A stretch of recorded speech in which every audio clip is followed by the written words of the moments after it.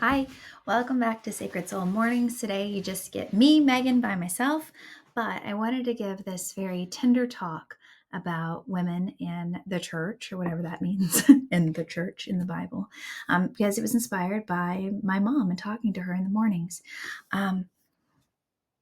So if there's ever part of you that's wondering, whether you're male or female, what women's roles are in the church, this is for you, okay? For a long time, I hated Paul. I hated Paul. Maybe hate's not the right word because we're not supposed to hate people. But in my journey, I definitely, I spent the majority of my life until my early 30s in a fundamentalist Churches of Christ. That's it. I said it. I said the brand and flavor. And though we felt like we were very different, I think that a lot of other churches were very similar to us, but we were just so isolated, we didn't even know it. So there's many people who have these views about women's roles culturally. So I think this could resonate with many people. And I did not like Paul after I came out. And it actually made me leave religion entirely for quite a while. And so I've made some peace with Paul through this. And I think that you can too, and that perhaps we have misjudged him. And what I'm talking about are the books of Timothy, when he was writing letters to Timothy to guide Timothy in his endeavors with the churches in his area, and Corinthians when he wrote those letters to the churches in Corinth.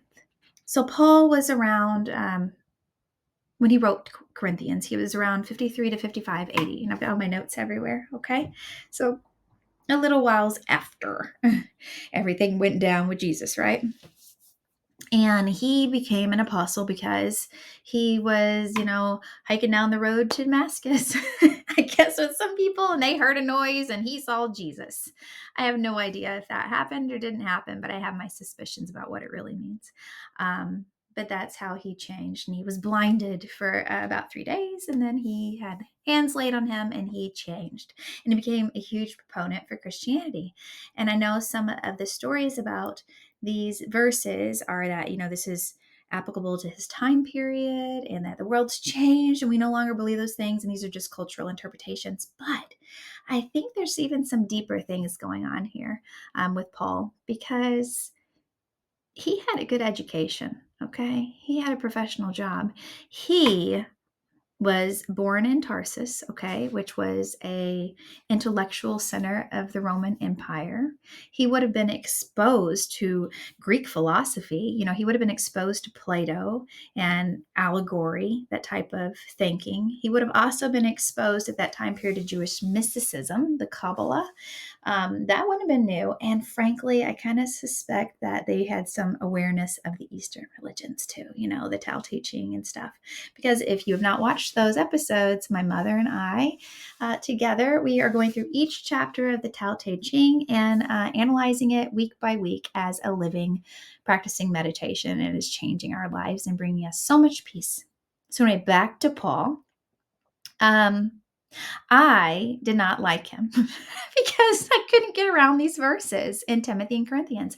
I couldn't get around the verses of, the hierarchy of biblical authority. I even used to have, we used to see it on chalkboards or whiteboards where it had the umbrella of protection, right? You would have God and Christ, and then you would have men, women, and then children. And maybe under that are pets. Maybe under that's grass. I don't know. We didn't go that far, but that was the hierarchy, right?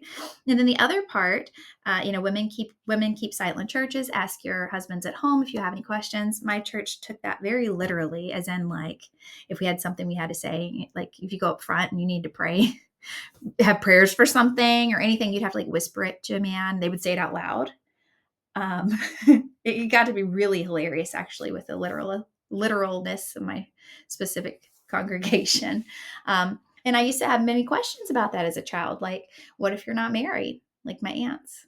What if you're not married? Which husband at home are you supposed to ask? Who are you supposed to ask? Nobody? You have no questions? And then even it kind of spilled over into even Tuesday nights. Can we ask a question there? Can we say it out loud? Is this the church? Is this not the church? Because we knew it wasn't the building. It got really tricky. Really tricky.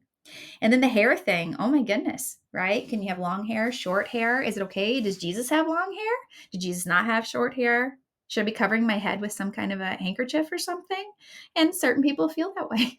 So I think we are not giving Paul enough credit.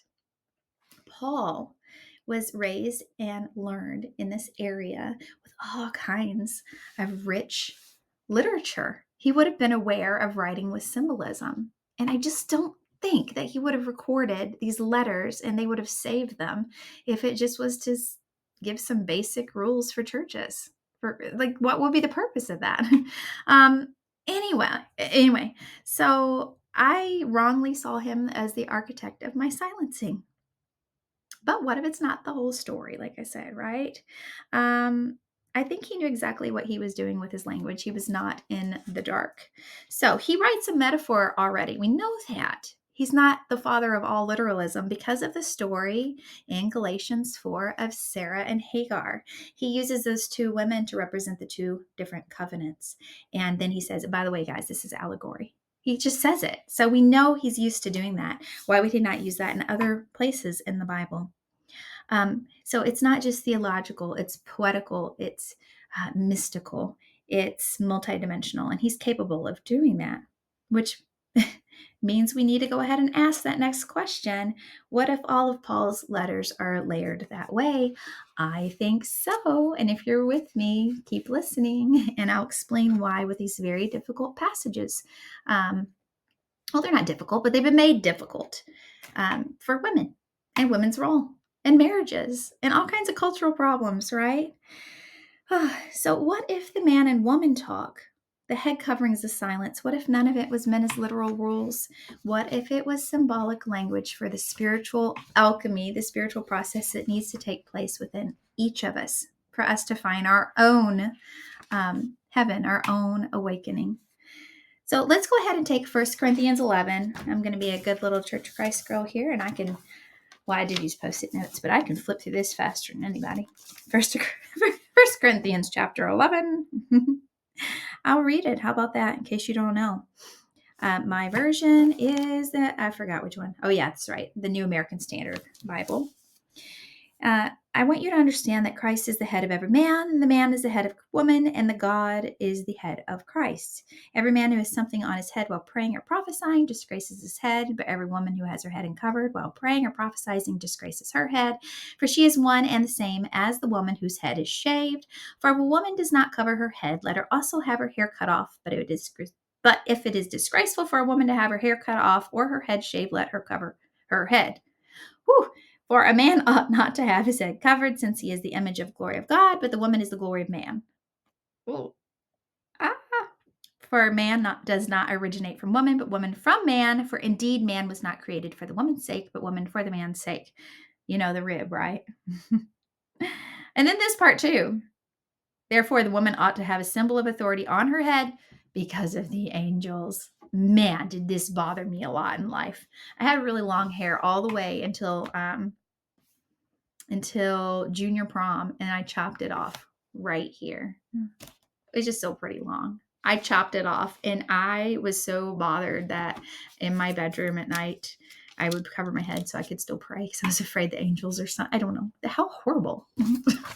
Good grief. But I took it that literally. And for many years, I had a lot of thoughts about if we need to have more covering than just our hair. Anyhow, so it does sound harsh at first, right? But mystically, this might be a map to what we need to do internally for all of us, whether you're male or female. So there are some people who have believed this way recently, and I think throughout time, probably even Paul, who described the conscious mind as male. Okay, it's the directive, the choosing, it's the planting of the seeds of thought, and the female as the subconscious, right? The receptive, the creative, the birthing outcomes of the world. In our last chapter 6, Tao Te Ching, we talked about this in depth in that book because it was based on this balance of masculine and feminine qualities within ourselves and the world. It's not about male and female genders.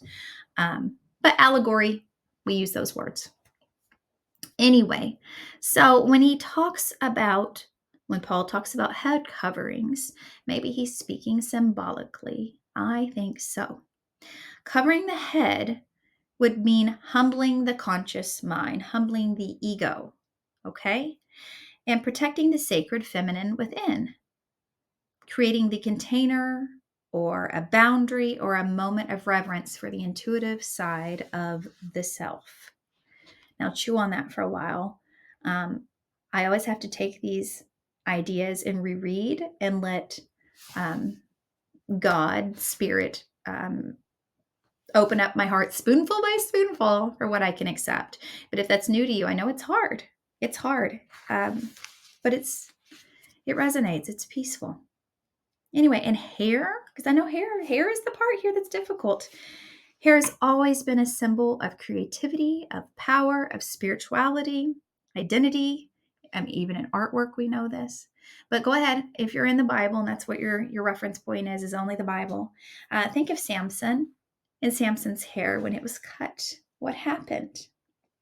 Okay, he lost his strength. That was his creativity, his internal strength from source. Think about the veils and the wraps of mystic traditions. Okay, in mystic language, hair is the outgrowth of thought. It flows naturally. It's what covers us when we strip away everything else. So Paul's references to shaved heads doesn't mean that we need to literally shave a part of our head, or head coverings and honor might be less gender and more about the energetic posture, okay, that we take when we are in communion with the divine and when we are on that path of developing ourselves spiritually. Something to think about, right? So let's go ahead and go deeper into some other verses.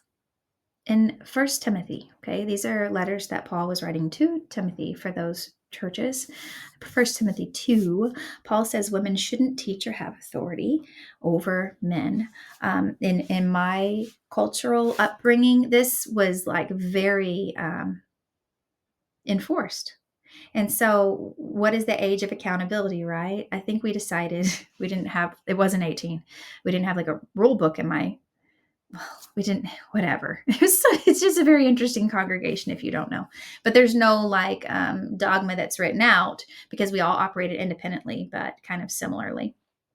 But we decided that once a male member is baptized in water, that they were an adult in the church. And so then at that time, you're in this kind of weird space where you could have 9-year-old children who are not learning from women anymore. And so our churches don't have Bible school or anything like that, or Sunday school, because first of all, it would divide the congregation. That was another literal interpretation taken very extremely. But it would also put women in a weird position of teaching little boys who might be the age of accountability. So anyway, we took this seriousness. So even in Bible studies, it was like on Tuesday night was our family getting together for fun randomly to eat and talk about the books of the Bible. A woman might read from the Bible in that situation because it wasn't the church, but though we got a little bit concerned about that for a while. But you would not be teaching anything. Now, sometimes I had a great aunt who would say some things sometimes, and nobody would say anything to her about it. But you weren't supposed to be. So it also says in there that Eve was deceived, not Adam, as the reasoning. And let's talk about that. And that she will be saved through childbearing. I'm going to go ahead and look at the verses because I want to see that again. Yeah, it just flat out says it right there. Nice to read this all the time. Anyway, it says in verse 9, it says, likewise, I want women to adorn themselves with proper clothing, modestly and discreetly, not with braided hair and gold or pearls or costly garments. So we had all kinds of verses on that about what it means to dress like a godly woman, right? You don't want to draw attention to yourselves. You don't want to have braids in your hair. Wear a lot of jewelry. Some churches interpret this as makeup and fanciness, and I don't know. It's very interesting. Bright colors. You look at the Amish and the Mennonites, they interpret things very literally about that. Anyhow, but what if that was more about, I have it written somewhere here. I've got so many notes. Okay. Yeah. What if that was about honoring the feminine within, okay, and not letting the ego, honoring the subconscious within and not letting the ego drive the show and be unbalanced, because we're seeking balance, right? Like that yin and yang, we're seeking balance internally and spiritually to reach our highest selves. And so if you are clothed in external things that bring you all kinds of ego attention, then you're not giving balance to that internal person. You need to be clothed, in verse 10, by means of good works, as is proper for women making a claim to godliness. Okay? A woman must quietly receive instruction with entire submissiveness.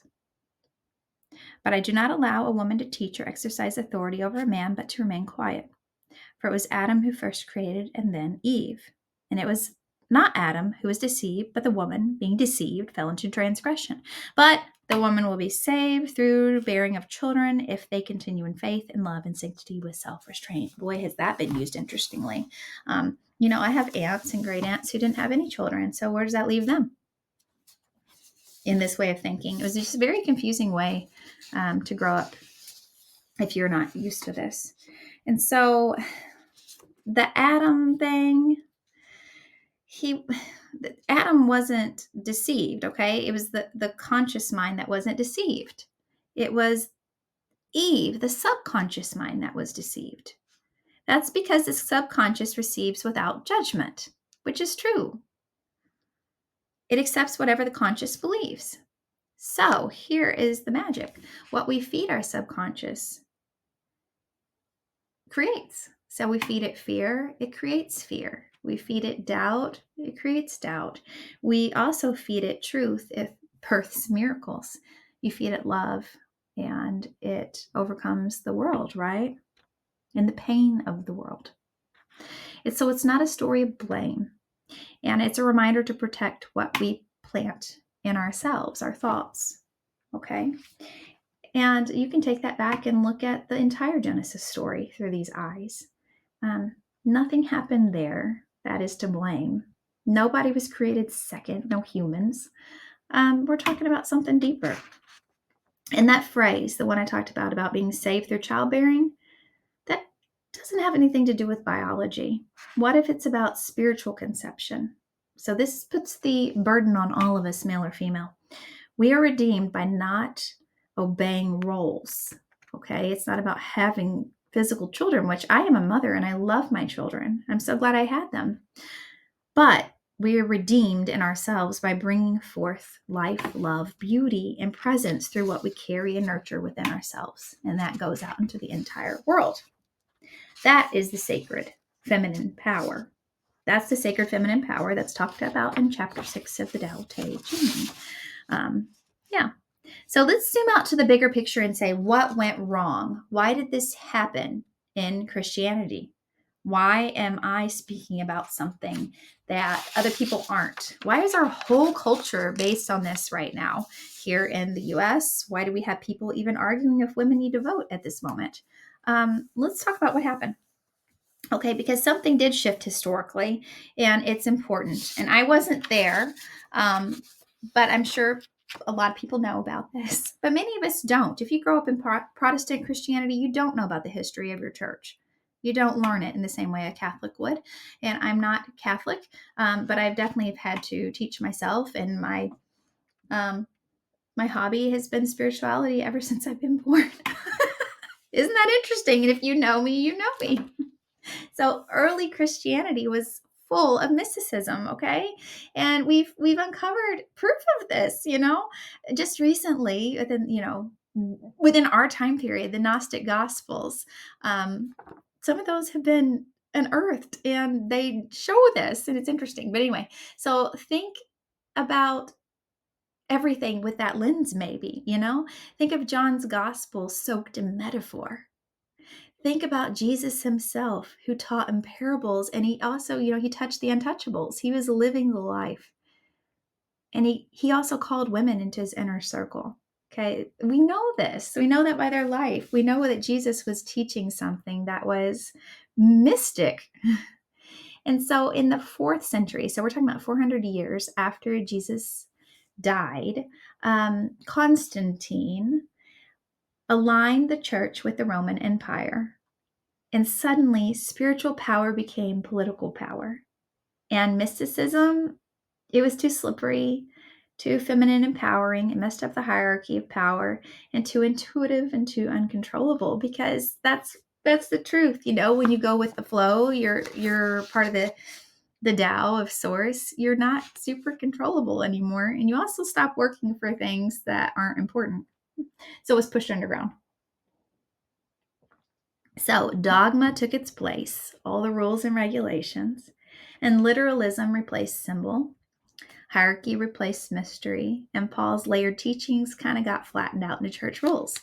And I don't know all the history of what happened to get us to where we are today, where we have these fundamentalist groups here in the US that rose up in the 1800s and early 1900s, but it is a continuation of that. But the mysticism never died, okay? And it just moved. And I want to tell you what, I had to take electives in college, right? And I am an artist by hobby. I chose to go into a very scientific field, actually. Um, and I took art history for fun over and over for my electives. And let me tell you, mysticism did not die, because all throughout art history, and if you ever watch the Da Vinci Code, you know about this a little bit, but it's not just that. The artists, the poets, the quiet monks, oh my goodness, they held on to the deeper truths. The women who felt in their hearts that there was something else more, and they still were just praying for their daughters to have a different life, have held on to these truths all the way through. And then later on, people like Emerson or Thoreau, which also were my favorite people in high school, and I didn't even know why. And later, I talk about Thomas Merton, but many people who pull the threads of spirit from nature and intuition. Hey, St. Francis, also him, that was even further back. Mysticism still was alive. It just was outside of the church. So, and it moved also in other sacred texts, okay? And we still have the Tao Te Ching, and it shows the same truths. It shows that softness overcomes hardness, that silence holds wisdom, and that the divine is found in the space between and in the balance. So you don't have to choose between the Bible and your soul. You don't have to throw it all out and say Paul's a horrible person. Okay? You just have to learn how to read it again, but with new eyes. He who has ears, let him hear. Is that right? You just have to trust source. Keep seeking. You'll find it. So if you're still with me, thank you so much. I needed this as much for me as for you. And I know I'm going to let my mom know about this, because she needed it too. So it's not sinful for being born a woman. You're not less. There's nothing in here that says that we can't be equal partakers of spirituality. It's not disobedient for thinking. It's not dangerous for speaking, not according to source. And we're all of us are just sacred for existing. And it's our choice how we want to spend our time living. So, and to the part that still fears the apple of curiosity. If curiosity is your downfall, like I thought it was mine, and I kept thinking myself out of the church and out of spiritual beliefs, that is actually just the beginning. That's great. Keep on that journey. You were never meant to stay silent. You were meant to create. So this has been Sacred Soul Mornings. I love each and every one of you humans out there and non-humans and cats and dogs and trees and everything. I truly enjoy living in this time period and being in this body, even with all the challenges. Okay, I appreciate living, and I hope you do too. Thank you for walking this path with me. Until next time, take time to be still, contemplate in silence. Visit that feminine intuition inside yourself. Be bold in what you find, and be happy and confident exactly the way you are. Thanks.